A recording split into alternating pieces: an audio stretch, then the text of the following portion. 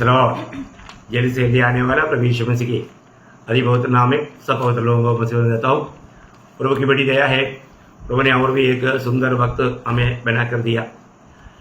इन दिनों में एक एक दिन एक एक अवसर प्रभु की उपस्थिति में मिलना बोलेगा तो कितना श्रेष्ठ बात है। हम लोग कितना धन्य लोग हैं कि प्रभु ने उसके निकट आने के लिए हमें बार बार मौका देता है। प्रियो, प्रभु अपने आलोचना अपने वचन के द्वारा हमें देता है। हम लोगों को बनाने वाला परमेश्वर को हमारे बारे में एक बड़ा उद्देश्य है, और वो उद्देश्य हमने नहीं जाना तो हमारे लिए बहुत बड़ा धोखा है, क्योंकि अज्ञानता पाप का मादा है ना। इसलिए वो वचन के द्वारा हमारे प्रति प्रभु की इच्छा जानना और हमें प्रभु का महिमा करना हमारे कर्तव्य है। तो आज मैं आपको जो बताने जा रहा हूँ बहुत अनमोल बात है, बहुत श्रेष्ठ बात है। इससे प्रभु का महिमा भी होगा और आप हमेशा प्रभु में मगन रह पाएगा। इसलिए आप लोग बहुत ध्यान से, बहुत तन मन से ये वचनों को सुनने के लिए मैं आप लोगों को पहले ही मैं आपसे विनती करता हूँ, है ना। आज का मनन के लिए मैं एक वचन पढ़ेंगे, यशायाह नबी की किताब 43 अध्याय उसका 7 वचन। यशायाह उसका 43 उसका 7 वचन। हर एक जो मेरा कहलाता है, जिसको मैंने अपनी महिमा के लिए सृजा, मेरी महिमा के लिए सृजा, वहां पर एक शब्द सृजा, जिसको मैंने रचा, देखो दूसरा बात रचा और बनाया है, और बनाया है। देखिए 3 बात वहां पर बोला, सृजा, रचा और बनाया, है ना। अब देखिए प्रभु ने उसकी महिमा के लिए हमको सृजा, रचा और बनाया। वहां पर ये एक ही शब्द में ये 3 बात आपको मालूम है, ये तीनों शब्द एक ही आशय का है, एक ही आशय का ये 3 शब्द उसमें क्यों आया वो भी एक बात है ना। आपको मालूम है जब उत्पत्ति की किताब में जब मनुष्य को सृष्टि किया उस समय में ये तीनों शब्द इस्तेमाल किया, परंतु 3 शब्द 3 वचनों में इतना फर्क है, बहुत ध्यान से समझना, है ना। वो ऐसे ऐसे बातों को सही रीति में समझना कितना अच्छी बात है। उसका उत्पत्ति पहला अध्याय का 26 वचन। फिर परमेश्वर ने कहा, हम मनुष्य को अपने स्वरूप के अनुसार अपनी समानता में बनाए। देखा यहाँ पर पहली बात आया बनाए, ठीक है, बनाए। उसका 27 वचन। तब परमेश्वर ने मनुष्य को अपने स्वरूप के अनुसार उत्पन्न किया। देखा, उत्पन्न किया, वहां पर सृष्टि किया, वहां पर आना चाहिए सृष्टि किया। और दूसरा अध्याय का 7 वचन। तब यहोवा परमेश्वर ने आदम को भूमि की मिट्टी से रचा। देखा, तीनों शब्द वहां पर आया, मतलब बनाया, सृजा और रचा। देखो जो यशायाह में हम पढ़ता है वो तीनों शब्द यहाँ पर आया। बाइबल में और भी एक जगह पर ये तीनों शब्द आया है, वो है 139 भजन संगीता, उसका 15 से 17 वचन में, मतलब सॉरी उसका 13 से 15 वचन में। मेरे मन का स्वामी तो तू ही है, तूने मुझे माता के गर्भ में रचा। देखा, उसका 13 वचन में बोलता है तूने मुझे रचा, मैं तेरा धन्यवाद करूंगा, इसलिए कि मैं भयानक और अद्भुत रीति से रचा गया। देखा, तो मतलब यहाँ पर भी रचा गया ऐसे लिखा है, मतलब सृष्टि किया करके आना चाहिए। ओके, जब मैं गुप्त में बनाया गया, बनाया गया। देखो तीनों शब्द वहां पर आया, ठीक है। किसी परिभाषा में इतना टीके से नहीं आया, परंतु यशायाह में ये जो बताया हुआ तीनों बात इन शब्दों में भी आया। मतलब उसका 13 अध्याय का शुरुआत में और एक बार पढ़ना, मेरे मन का स्वामी तो तू ही है, तूने मुझे माता के गर्भ में रचा। देखो अगले वहां पर लिखा है कि मतलब तूने मुझे रचाया, निर्माण किया। और उसका 14 वचन का शुरुआत, मैं तेरा धन्यवाद करूंगा, इसलिए कि मैं भयानक और अद्भुत रीति से रचा गया हूँ। देखो वहां पर सृष्टि किया हूँ ऐसा आना चाहिए, सृष्टि किया। और तीसरा उसका 15 वचन का शुरुआत, जब मैं गुप्त में बनाया गया। देखो ये तीनों शब्द मतलब रचा गया, सृष्टि किया गया और बनाया गया, तीनों शब्द यहाँ पर आया। कोई परिभाषा में कुछ शब्दों में फर्क आया वो बता लगे, परंतु ये ओरिजिनल भाषा में ये तीनों शब्द ये तीनों भाग में आया। तो वेद ज्ञानियों का कहना है कि मनुष्य में 3 भाग है। मनुष्य का 3 भाग आपको याद है ना, है ना, पहला थिस्सलुनीकियों 5 अध्याय उसका 23 वचन। शांति का परमेश्वर आप ही तुम्हें हाँ। पूरी रीति से पवित्र करे हाँ। और तुम्हारी आत्मा और प्राण हाँ। और देह हमारे प्रभु यीशु मसीह के आने तक हाँ। पूरे पूरे और निर्दोष सुरक्षित रहे। देखा, मतलब यहाँ पर तीनों हमारे शरीर का भागों के बारे में बताया। आत्मा है, प्राण है और शरीर है। देखिए इसका मतलब क्या है कि प्रभु ने ये एक एक शब्द इस्तेमाल करने के पीछे महान योजना है। जो भी है प्रभु ने हमको बनाया है, प्रभु ने हमें सृजा है। यहाँ पर प्रभु ने हमें क्यों बनाया, क्यों सृजा, क्यों निर्मित किया? क्योंकि प्रभु का महिमा के लिए। सृष्टि होने के कारण हर एक सृष्टि का कर्तव्य है सृष्टिकर्ता का महिमा करना चाहिए। प्रियो, हम लोग आज मैं इसलिए इस विषय में आधारित होकर के आपको बोलना चाहता हूं कि एक विश्वासी कैसा परमेश्वर का महिमा कर सकता है। हेडिंग क्या रहेगा? एक विश्वासी परमेश्वर को कैसा महिमा कर सकता है या महिमा दे सकता है। बहुत बड़ी बात है, ये जानना चाहिए। मैं बोला एक एक बात को हमें जानना है ना। कई बातों में अज्ञानता के कारण लोग कितना बड़ा नुकसान उठाता, पर जो उसका ज्ञान रहता उसको बहुत बड़ा फायदा मिलता। इसलिए अनंतता में भी बहुत बड़ा सम्मान पाने के लिए ये छोटा सा जीवन में हम लोग खास करके एक विश्वासी, एक उदार पाया हुआ जन, ये विषय को जानना और मानना बहुत जरूरी बात है। सच में आप एक अच्छा विजयी जीवन बिताने के लिए ये जानना जरूरी बात है। प्रिय, हर एक बात जो प्रभु हमें बताता है, सिखाता है, हमारा भलाई के लिए है। और मैं आग्रह करता हूं, ये सुनने वाला सबको प्रभु बहुत ज्यादा प्यार करता है। तो आज का ये संदेश मैं आपको एक विश्वासी, एक उदार पाया हुआ प्रभु का पवित्र जन, प्रभु को कैसा कैसा महिमा दे सकता है, मैं उसका 7 पॉइंट आपको बताऊंगा। 7 पॉइंट है ना। उसमें आज मैं सिर्फ एक ही बात बोल पाएगा क्योंकि समय सीमित है। उस समय के अनुसार आपको ये बात बताना, बाकी बात मैं कल बताऊंगा। देखते हैं प्रभु हमें कैसा हमारा मौका देगा, उसके अनुसार मैं वो बात को बताऊंगा। पर तो ये बहुत सिंपल बात है, इससे आपको आनंदता में बहुत प्रतिफल मिलेगा। उससे बढ़कर इस जीवन में भी आप एक विजयी जीवन बिता पाएगा, एक सच्चा आनंद जीवन बिता पाएगा। आपने देखा होगा ना, बहुत विश्वासी लोग हमेशा बहुत दुखी और निराश रहता है। कारण क्या मालूम है? वो प्रभु से आभारी नहीं, वो प्रभु को स्तुति नहीं करता। तो पहला पॉइंट क्या मालूम है? प्रभु को स्तुति करना। प्रभु को स्तुति करने वाले लोग प्रभु को क्या करता? महिमा देता है ना। जब 50 भजन संहिता उसका 23 वचन, 50 भजन संहिता 23 वचन का शुरुआत करना। धन्यवाद के बलिदान चढ़ाने वाला हाँ। मेरी महिमा करता है। देखा कितना सिंपल बात है, धन्यवाद की बलिदान चढ़ाने वाला।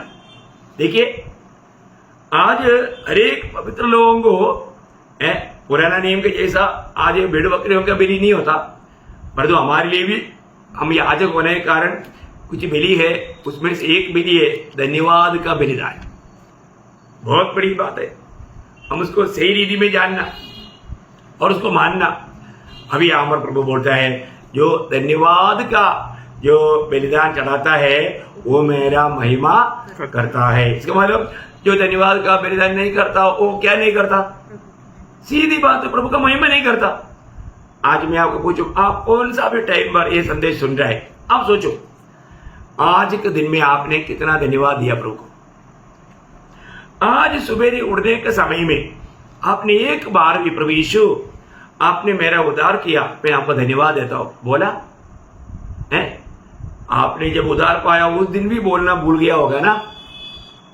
आप इतना क्या बताओ, उसको लायक ही नहीं प्रियो, लायक ही नहीं, अच्छा बात नहीं।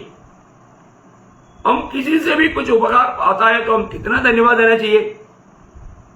तो धन्यवाद, बहुत लोगों को धन्यवाद देने का स्वभाव नहीं। हम किसी से भी छोटा सा छोटा एक उपकार भी पाएगा तो हम धन्यवाद देना चाहिए। अभी ये छोटा उपकार नहीं, हमारा उद्धार हुआ, असंभव को प्रभु ने संभव करके दिया। इसके बाद में हम इतना आभारी होकर आभार भरा दिल से, धन्यवाद भरा दिल से हम प्रभु का स्तुति करना चाहिए है। तो स्तुति करना, जब 33 भजन संहिता का 12 वचन में लिखा है स्तुति करना धर्मियों के लिए उचित है, उचित है, शोभा देता है। शोभा देता। देखिए इसका मतलब आप धर्मी है तो कौन है धर्मी? जिसको पाप क्षमा मिला, जिन्होंने प्रभु यीशु मसीह पर विश्वास किया, वो धर्मी है।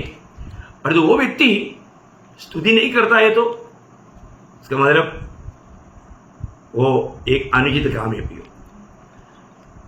जो उधार नहीं पाया, जो धर्मी नहीं है, उसको स्तुति करना अनुचित है। परंतु उधार पाए हुआ लोगों को स्तुति करना उचित है। वो बहुत बड़ा उस व्यक्ति के लिए श्रेष्ठ बात है ना। इस प्रकार का धन्यवाद रूपी बलिदान चढ़ाते रहना। आपको मालूम है इब्रानियों का पत्री 13 अध्याय 15 वचन में 15 और 16 वचन, इसलिए हम उसके द्वारा स्तुति रूपी बलिदान अर्थात उन ओठों का फल जो उसके नाम का अंगीकार करते हैं परमेश्वर को सर्वदा चढ़ाया करे। देखिए सर्वदा हम चढ़ाना, प्रियो, सर्वदा चढ़ाना। भलाई करना और उदारता दिखाना न भूलो, क्योंकि परमेश्वर ऐसे बलिदानों से प्रसन्न होता है। देखिए स्तुति रूपी बलिदान, भलाई करना, किसी के प्रति अच्छा कार्य करना, ये सब प्रभु को प्रसन्न करने वाला काम है। प्रियो, प्रभु प्रसन्न रहता है। आज हमारे जीवन में हम प्रभु को स्तुति करने में कहां तक विजयी करके अपने जीवन को परखना है। आज के दिन में कितना उपकार पाया।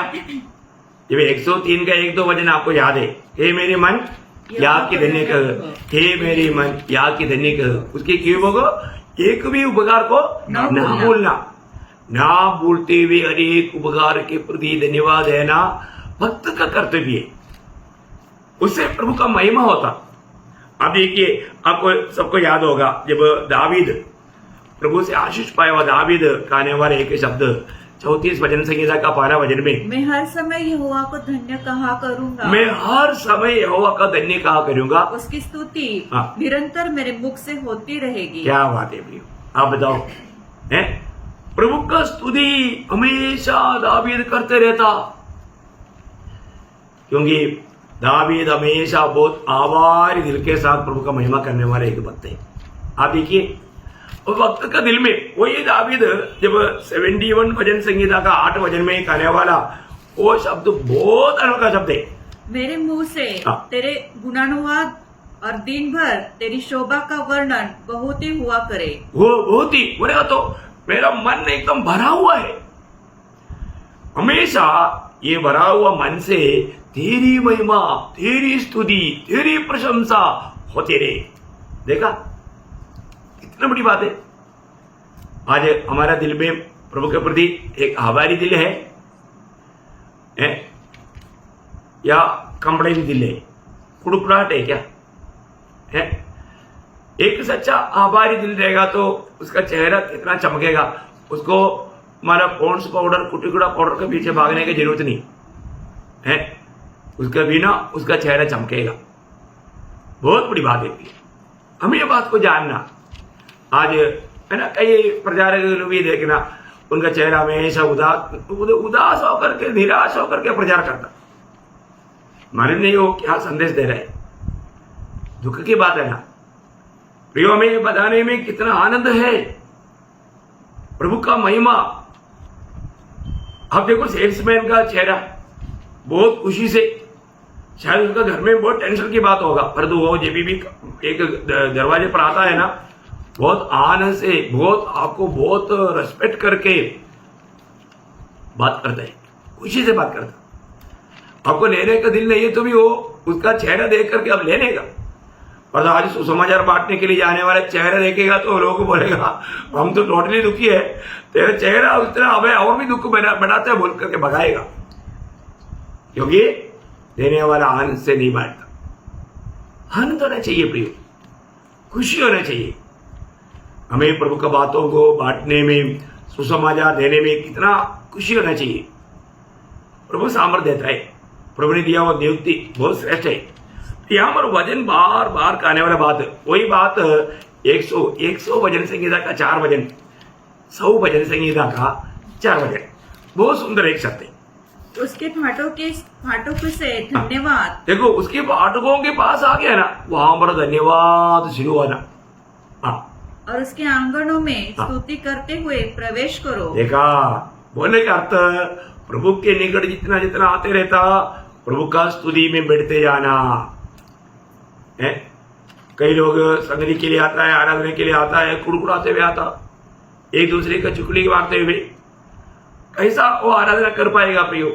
नहीं प्रियो, प्रभु की महिमा करते हुए आना, आनंद से भरा हुआ आभार दिल से आना, और वहां पर आकर के प्रभु का स्तुति करना। हमारे जीवन में प्रभु को महिमा देने वाला एक गुण चाहिए। हम रोज प्रभु से कितना अनगिनत उपकार पाता है प्रियो।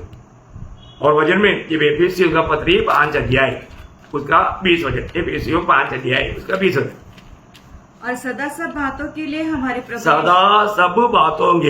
हमारे प्रभु यीशु मसीह के नाम से परमेश्वर पिता का धन्यवाद करते रहो। देखो आज्ञा है, हैं? सारे बातों के लिए धन्यवाद देते रहना, सारे बातों के लिए। वही बात पड़ोसियों का पत्री में भी, पड़ोसियों 3 अध्याय उसका 17 वचन, वचन में या काम में जो कुछ भी करो, वचन में या काम में जो कुछ भी करो, सब प्रभु यीशु मसीह के नाम से करो और उसके द्वारा परमेश्वर पिता का धन्यवाद करो। देखो ये बात क्यों बोलते हैं बार बार?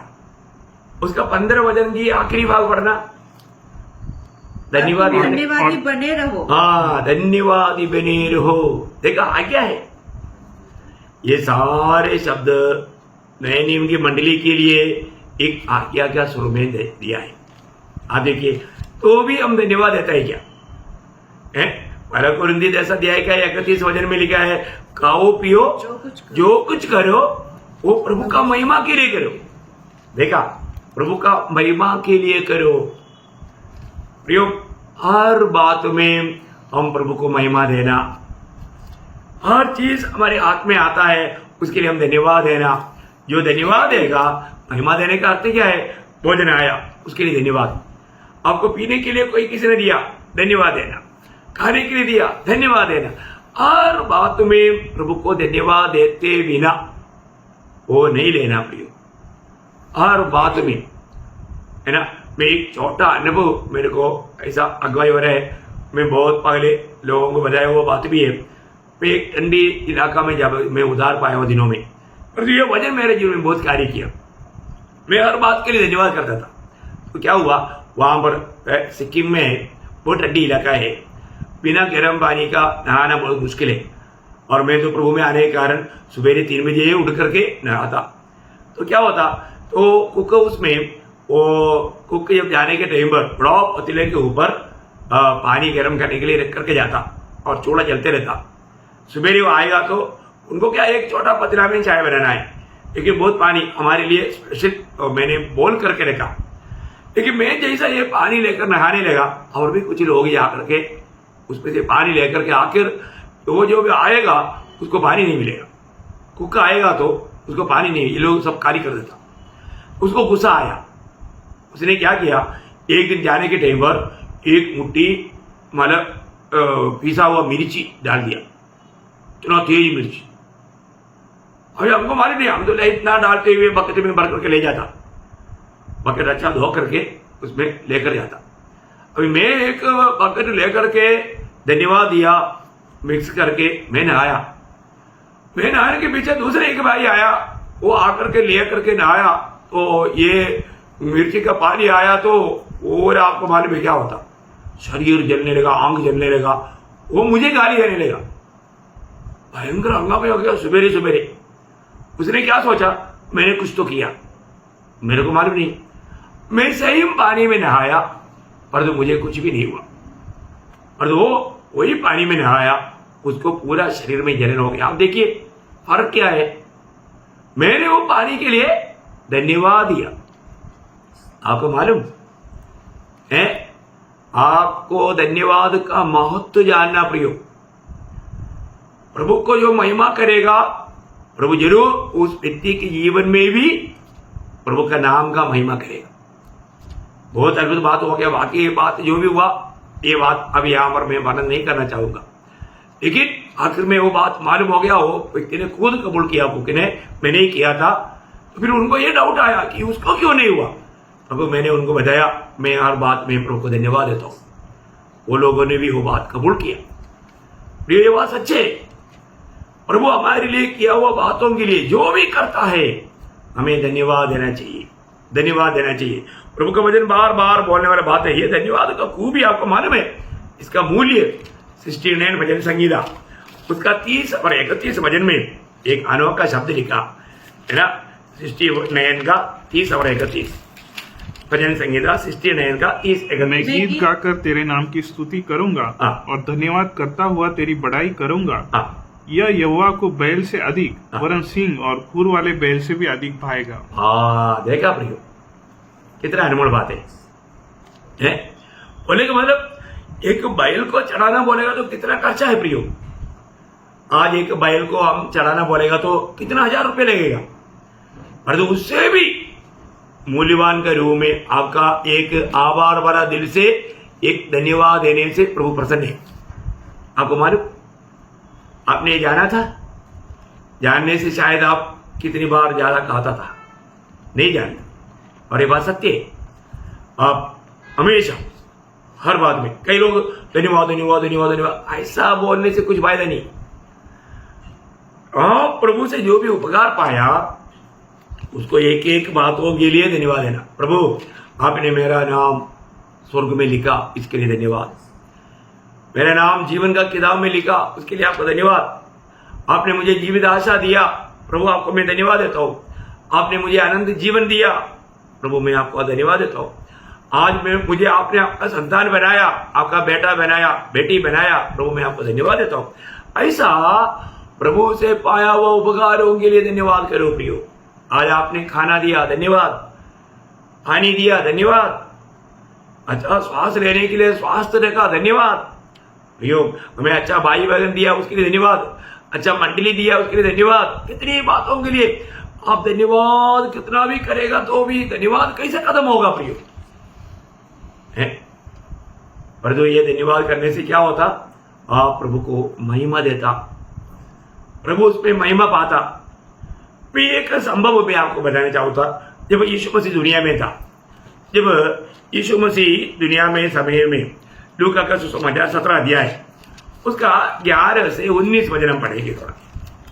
ऐसा हुआ कि वह यरूशलेम में जाते हुए सामरिया और गलील के बीच में से होकर जा रहा था। किसी गांव में प्रवेश करते समय उसे 10 कोढ़ी मिले। उन्होंने दूर खड़े होकर ऊंचे शब्द से कहा, हे यीशु, हे स्वामी, हम पर दया कर। उसने उनको देखकर कहा, जाओ और अपने आप को याजकों को दिखाओ। और जाते ही जाते वे शुद्ध हो गए।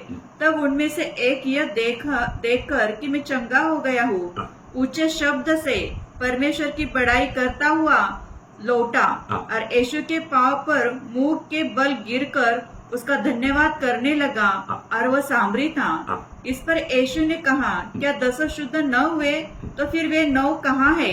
क्या इस परदेशी को छोड़ कोई और न निकला जो परमेश्वर की बड़ाई करता? तब उसने उसे कहा, उठकर चला जा, तेरे विश्वास ने तुझे चंगा किया है। देखिए प्रियो, ये सब बात आपको सुपरिचित होंगी, लेकिन एक बात जानना, कोढ़ियों का अवस्था आपको मालूम है ना। वो लोग बाहर छावनी से बाहर रहता था, वो उनको कोई मिल नहीं सकता, कोई पवित्र चुम्बन नहीं दे सकता, उनका प्यारा बच्चों को वो मिल नहीं सकता, ले नहीं सकता है। लेकिन ऐसा दुख में रहने वाला वो लोग प्रभु से विनती किया, प्रभु ने उनको छुटकारा दिया, चंगाई किया। और हम देखते हैं कि उसमें से एक समरी था, उसने देखा मैं चंगा हो गया, तुरंत वो भाग करके प्रभु के निकट आया, दूर से प्रभु को बहुत धन्यवाद देते हुए चिल्ला चिल्ला कर प्रभु को स्तुति करते हुए आया। देखिए उसका दिल का आनंद कितना बड़ा आनंद है। और प्रभु के पास आकर के प्रभु का पाँव में गिरकर उसने प्रभु को धन्यवाद दिया। तब वो प्रभु बोलता है, क्या 10 शुद्ध नहीं हुए? बाकी 9 कहाँ? सिर्फ ये सामरी को छोड़ करके, वहां पर एक प्रयोग आपने देखा, छोड़कर कोई प्रभु को महिमा देने के लिए। वहां पर वो शब्द पढ़ा, क्या पढ़ा उसका 18 वचन? क्या इस परदेशी को छोड़ हाँ। और कोई न निकला जो हाँ। परमेश्वर की बड़ाई करता। बड़ाई मीन्स महिमा। महिमा। ठीक है ना, कई शब्द में जल्दी लोगों को आप समझेगा नहीं। महिमा, और कोई भी प्रभु का महिमा करने के लिए नहीं आया, महिमा करने के लिए नहीं आया। देखिए तो मतलब जो प्रभु को स्तुति करता है वो प्रभु का महिमा करता, और प्रभु चाहता है जिसने भी प्रभु से उपकार पाया वो प्रभु को धन्यवाद करे या प्रभु का महिमा करे। प्रियो, आज आपने आज के दिन में मैं इसलिए और एक बात पूछूं, कितना धन्यवाद दिया? आप ये संदेश कब सुन रहे हैं मुझे मालूम नहीं, लेकिन दिन भर आपने कितना प्रभु से उपकार पाया? क्या आप वास्तव में प्रभु को धन्यवाद दिया है? आप सोचो प्रियो, हमने पाया हुआ अनगिनत उपकार है, जो हमने धन्यवाद बहुत कम धन्यवाद दिया होगा। और प्रभु का वचन कहता है हर बात के लिए हम धन्यवाद देना, हर एक उपकार के लिए हम प्रभु को धन्यवाद देना। देखिए अभी ये व्यक्ति चंगाई जरूर पाया, पर इसके साथ धन्यवाद देने के कारण उसने क्या पाया? उधार भी पाया, उधार भी पाया। देखिए कितने बड़ी बात है। सिर्फ लोगों से चंगाई पाई इतना ही नहीं, उनको पाप क्षमा भी मिल गया, पाप क्षमा भी मिल गया। प्रियो, सचमुच में प्रभु के पास आकर के धन्यवाद देगा तो अब कोई इसके साथ और एक संभव लूका का ही सुसमाचार से उसका 7 अध्याय से मैं आपको बताना चाहूंगा। पूरा चरित्र बताऊंगा नहीं, उसका 7 अध्याय का 48 से 50 पढ़ना। और उसने स्त्री से कहा, हाँ। तेरे पाप क्षमा हुए। हाँ। तब जो लोग उसके साथ भोजन करने बैठे थे वे अपने अपने मन में सोचने लगे, ये कौन है जो पापों को भी क्षमा करता है? पर उसने स्त्री से कहा, तेरे विश्वास ने तुझे बचा लिया है। देखा, तेरा विश्वास ने तुझे बचा लिया है, कुशल से चली जा। कुशल से चले जाओ। देखा, यही बात वो शबरिया व्यक्ति से भी प्रभु ने बोला है, तेरा विश्वास ने तुझको बचा लिया। देखो सेम शब्द है ना, 19 वचन में क्या बोला था? तेरे विश्वास ने तुझे चंगा किया। देखा, तेरा विश्वास, ये कौन सा चंगाई है? पाप क्षमा या उदार। देखिए बहुत बड़ी बात है। मैं आपको कहना चाहता हूं प्रियो, यहां पर इस फरीसी शिमोन का घर में उस शिमोन ने उसको भोजन के लिए बुलाया। यीशु मसीह और चेले लोग वहां पर है, वहां पर यीशु मसीह के पाद स्थान में आकर एक पापनी स्त्री रोते हुए उसकी आंसू से उनका पाव पोंछा, पाव सींचा और बाहर से पहुंचा। तो वो फरीसी दिल में सोचा, अगर ये एक पवित्रता होता तो ये जरूर ये स्त्री को ऐसे भगाता। उसकी विचार देख करके यीशु मसीह ने उसको एक दृष्टांत बताया। 2 कर्जदार था, है ना, एक व्यक्ति 5 करोड़ और दूसरा व्यक्ति 500 रुपया, बहुत अंदर है। दोनों को वो कर्जा चुका नहीं सकता था, दोनों को स्वामी ने क्षमा किया। इसमें से कौन उस स्वामी से ज्यादा प्यार करेगा? तुरंत शिमोन ना सोचे उत्तर दिया, जिसको ज्यादा माफी मिला। प्रियो, हमारे भी जीवन में ऐसा है। आज बहुत लोगों को लगता है कि मैं इतना बड़ा कोई पापी नहीं था, इसलिए मुझको प्रभु ने क्षमा दिया। उसका दिल में प्रभु के प्रति एक आभारी दिल नहीं। पर ये पापनी स्त्री ऐसा नहीं था, उसका दिल में बहुत बड़ा बोझ था। उसको अपना पापी, मैं पापी हूं, ये बात का बहुत गहरा एहसास था, दुख था, वेदना था। आप देखिए, है ना, उसने अभी इसलिए प्रभु भगवान पर बोला, जिसको ज्यादा क्षमा मिला वो ज्यादा प्यार करता, जिसको थोड़ा क्षमा मिला उसको वो थोड़ा प्यार करता। देखा, आज का पीढ़ी के लोगों में भी ये बात है प्रियो। बहुत लोग प्रभु को बहुत थोड़ा ही प्यार करता। प्रभु हमारा प्यार को तोलता है, प्रभु हमारे कामों को तोलता है, हमारे शब्दों को तक तोलता है, ये भूलना नहीं प्रियो। अभी यहां पर ये स्त्री का बड़ा प्यार प्रभु ने वहां पर प्रकट किया और वो स्त्री को बोलता है, तेरा पाप क्षमा हुआ। देखिए, तेरा पाप क्षमा हुआ। प्रियो, हमारे प्रभु यीशु मसीह के पास आने वाले व्यक्ति को मिलने वाला सबसे बड़ा अनुग्रह है पाप क्षमा। आज आपको पाप क्षमा का अनुभव है तो आप कितना आभारी दिल से ये प्रभु को स्तुति करना चाहिए, स्तुति करना चाहिए प्रियो। क्योंकि हम उधार पाए हुए अनेक लोगों के प्रति प्रभु का सबसे बड़ा एक इच्छा पहला तस्सलोनिकियों 5 अध्याय का 18 वचन में बहुत मूल्यवान वचन है। आप देखिए पहला तस्सलोनिकियों 5 अध्याय का 18 वचन। हर बात में धन्यवाद करो हाँ। क्योंकि तुम्हारे लिए मसीह यीशु में हाँ। परमेश्वर की यही इच्छा है। देखा, हर बात में धन्यवाद करो, हर बात में धन्यवाद करो। यीशु मसीह में हमारे प्रति पिता का इच्छा यही है प्रियो है। अभी पिता का इच्छा जानने के बाद में उसको पूरा करने के लिए हमें कितना उत्साह चाहिए। तो इसका मतलब मैं आपको यहाँ पर ये बात बोल करके यहाँ पर रुकना चाहूंगा प्रियो, जो धन्यवाद करता है वो प्रभु का महिमा करता, जो धन्यवाद नहीं करता वो प्रभु का एक प्रकार निंदा करता है, वो प्रभु को महिमा नहीं देता। और धर्मियों के लिए स्तुति करना, धन्यवाद देना उचित है, जो पापी है वो प्रभु का स्तुति नहीं करता। तो आज हमें परखकर देखना है, मैं रोज प्रभु को कितना बातों में आभार भरा दिल से आभारी होकर के मैं धन्यवाद करता हूँ। धन्यवाद देगा तो आपका दिल भी उमड़ेगा, आप आनंद से भर जाएगा, आपका चेहरे में एक विशेष चमक आएगा, क्योंकि प्रभु आप में महिमा पा रहा है, प्रभु आप में आनंदित है, इसलिए आप भी वो आनंद का अनुभव आपके जीवन में कर पाएगा। इसलिए प्रियो, माना और हर एक पुराना नियम के अनुसार एक भेड़ बकरी चढ़ाना या एक बैल चढ़ाना, इससे भी बहुत बात है, मूल्यवान बात है एक धन्यवाद। इसलिए इन दिनों में हम प्रभु को अधिक धन्यवाद करने वाला बने, हर बात के लिए धन्यवाद करने वाला बने। इस रीति में प्रभु का हमारे जीवन से महिमा हो। तो प्रभु ये वचनों के द्वारा सबको आशीष दे, प्रभु को महिमा मिले। आमीन।